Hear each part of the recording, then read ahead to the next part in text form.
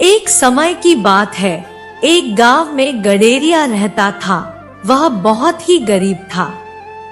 उसकी एक के बाद एक 4 लड़कियां हुई। गडरिया और उसकी पत्नी चाहते थे कि उनके घर पुत्र का जन्म हो, इसलिए वह अपनी लड़कियों को अच्छा नहीं मानते थे। एक दिन गडेरिये की पत्नी ने उससे कहा, घर में थोड़ा आटा पड़ा है, घी भी है, हलवा खाने का मन कर रहा है, क्यों ना आज हलवा बना दूं? गडेरिया राजी हो गया।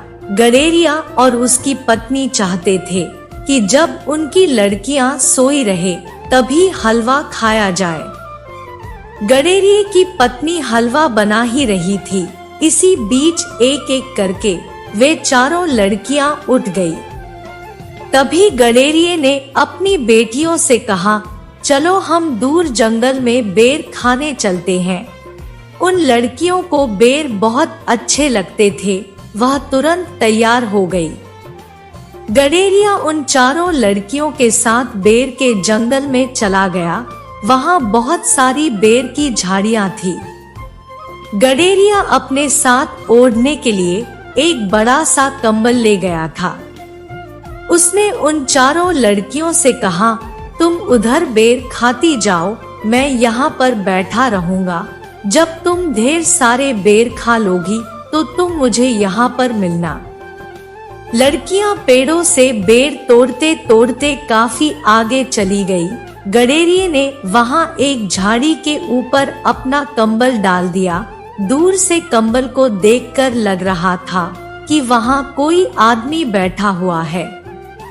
गडेरिये को तो हलवा खाने की पड़ी थी। वह उन चारों लड़कियों को छोड़कर घर वापस आ गया। घर आकर उसकी पत्नी और उसने हलवा खाया। इस घटना को बीते कई वर्ष हो गए। लड़कियों के कारण गडेरिये के घर में चहल पहल रहती थी। उन लड़कियों को जंगल में छोड़ने के बाद गडेरिया और उसकी पत्नी को घर काटने को दौड़ने लगा। एक दिन गडेरिया अपनी पत्नी से बोला, हमने अपनी मासूम बच्चियों को जंगल में छोड़कर बहुत बड़ा पाप किया है। इतने साल बीत गए, पता नहीं वह कहां और किस हाल में होंगी। उसकी पत्नी बोली, ऐसा मत कहो, मेरा मन कहता है हमारी लड़कियां कहीं जरूर अच्छी जगह होंगी। अपनी पत्नी से विचार विमर्श कर गडेरिया अपनी लड़कियों को ढूंढने जंगल चल पड़ा। वहां उसने आसपास के लोगों से लड़कियों के बारे में पूछा, लेकिन कोई भी उनके बारे में नहीं जानता था। एक दिन बेर के जंगल में एक आदमी गडेरिया को मिला। गडेरिया के पहुंचने पर वह बोला, इस बेर के जंगल के आसपास कोई बस्ती नहीं है। यहाँ रात को खतरनाक जानवर घूमते रहते हैं। फिर गडेरिया आगे बढ़ता गया। कुछ दूर चलने पर उसे कुछ हड्डियां पड़ी हुई दिखाई दी। उसे पक्का विश्वास हो गया कि उसकी लड़कियों को जंगली जानवरों ने मार कर खाया होगा। वह रोने लगा।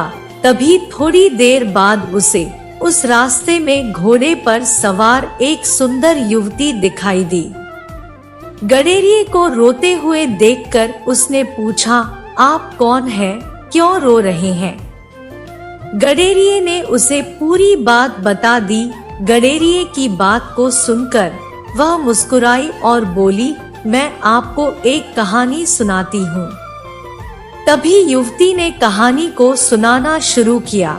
एक बार 4 लड़कियों को उसके पिता जंगल ले गए। उन्होंने एक झाड़ी के ऊपर कंबल रखा। लड़कियां दूर से ही उस कंबल को ही अपना पिता समझती रही। उन लड़कियों ने खूब बेर खाए और कुछ अपने माता पिता के लिए भी रखे थे। लेकिन जब उन्हें घर चलने का ध्यान आया तो उन्होंने देखा उनके पिता उन्हें छोड़कर जा चुके थे। उन्हें घर का रास्ता मालूम नहीं था। रात बहुत ज्यादा हो गई थी। फिर जोर जोर से रोने लगी। तभी उन्हें घोड़े पर एक सवार दिखाई दिया। उन्होंने घोड़सवार को अपनी परेशानी बता दी। वह घोड़सवार बोला, मैं इस क्षेत्र का राजा हूँ। राजा ने उन चारों बहनों को घोड़े पर बिठा लिया। वह उनको अपने साथ राजमहल ले गया। उस राजा के 4 बेटे थे। उसने अपने चारों बेटों की शादी उन लड़कियों से कर दी।